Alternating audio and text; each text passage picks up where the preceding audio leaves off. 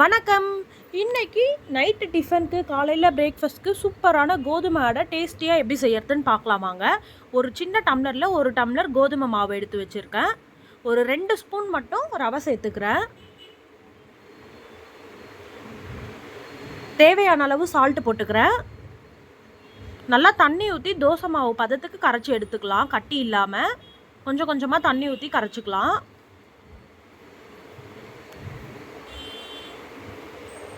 இந்த மாதிரி இந்த பதத்துக்கு கரைச்சி எடுத்துருக்கேன்.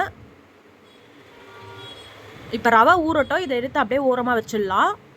ஒரு மிக்சி ஜாரில் 2 பல் பூண்டு, காஞ்ச மிளகா, ஒரு 4 துண்டு இஞ்சி போட்டுக்கிறேன். சீரகம் கொஞ்சம் சேர்த்துக்கலாம். இதை நல்லா கொரன்னு அரைச்சி எடுத்துக்கலாம். அரைச்சி எடுத்துட்டேன். இப்போ நம்ம கரைச்சி வச்சுருக்க மாவோட மிக்ஸ் பண்ணிடலாம்.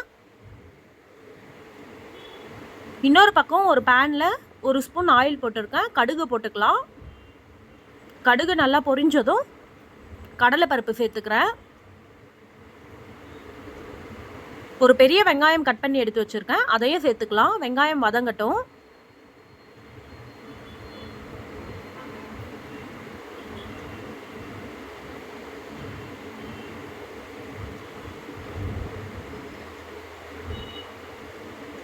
வெங்காயம் வதங்கந்தும் தக்காளி எடுத்து சேர்த்துக்கிறேன். சின்னதாக ஒரு அரை தக்காளி மட்டும் கட் பண்ணி வச்சுருந்தேன். அதையும் சேர்த்துக்கலாம். கேரட் துருவி எடுத்து வச்சுருக்கேன். அதையும் சேர்த்துக்கலாம். இதை நல்லா வதக்கி விட்டுடலாம். நல்லா வதங்கிடுச்சு. இப்போ நம்ம எடுத்து வச்சுருக்க மாவோடு சேர்த்து நல்லா கலக்கிடலாம்.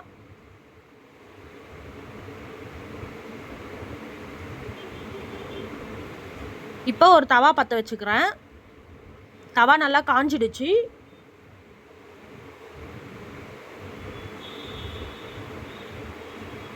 ஒரு 1.5 கரண்டி மாவு எடுத்து இந்த மாதிரி ஊற்றிக்கிறேன்.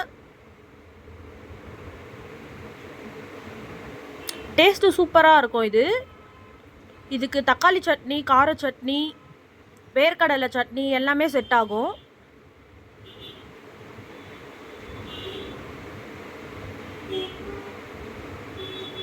வெந்துடுச்சு. திருப்பி போட்டுக்கலாம்.